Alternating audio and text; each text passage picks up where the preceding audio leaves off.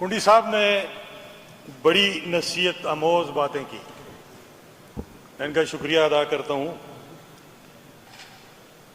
میری گزارش ہے کہ آج بے نظیر شہید کی مٹی اور ذوالفقار شہید بھٹو کی مٹی پکار پکار کے یہ کہہ رہی ہے کہ آپ اس ملک کے ساتھ کیا کر رہے ہیں۔ میرا خیال ہے یہ جواب انہوں نے نہیں دیا۔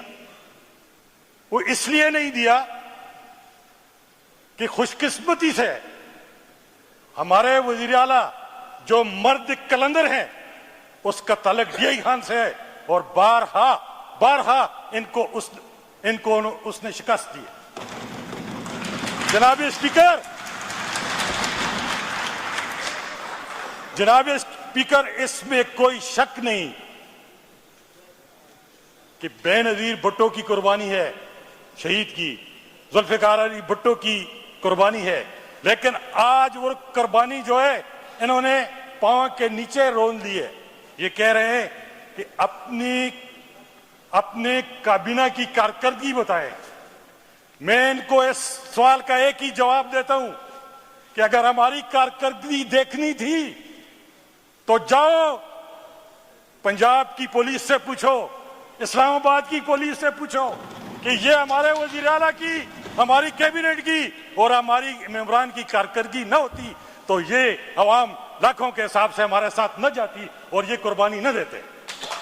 آپ کہہ رہے ہیں کہ وزیر اعلیٰ کو چینج کرو۔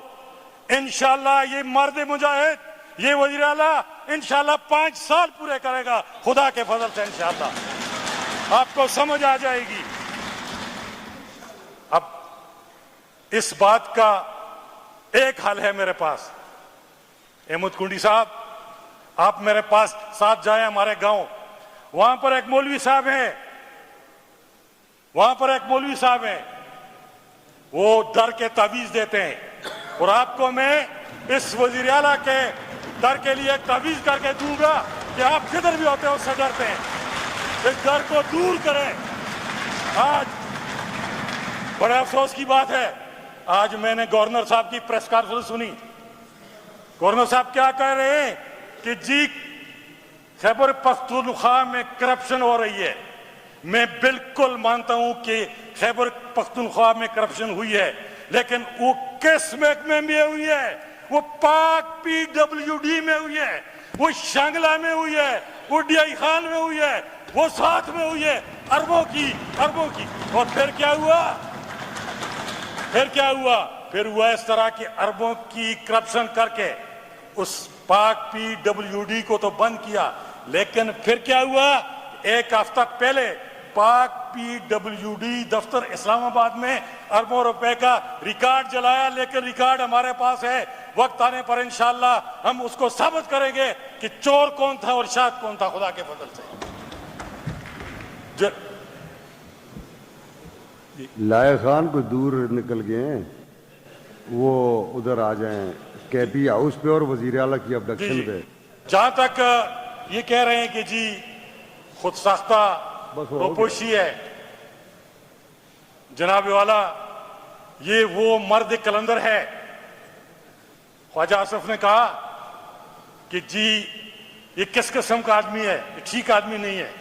خواجہ آصف تم مجھے یہ بتاؤ کہ وہ اس کا باپ، اس کا دادا بھی سردار تھا گنڈا پور کا، اس کا باپ بھی سردار تھا اور خود بھی سردار ہے، وہ غیرت مند آدمی ہے۔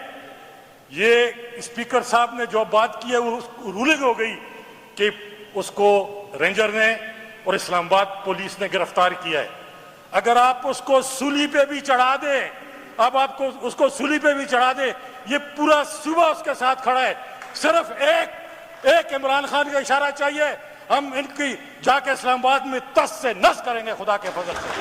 کوئی خوف نہیں ہے، کوئی ڈر نہیں ہے۔ پھر کیا ہوا جناب اسپیکر کہ خود بھاگ گئے، وزیر اعظم راتوں رات بھاگ گیا لاہور اور اسلام آباد کو خالی چھوڑ کے افواج پاکستان کو لے آئے۔ یہ افواج پاکستان سے ہمیں کسی صورت میں کبھی نہیں لڑیں گے، ہم لڑیں گے تو آپ 45 اور 47 والوں سے لڑیں گے انشاءاللہ اللہ کے فضل سے، اور آپ کا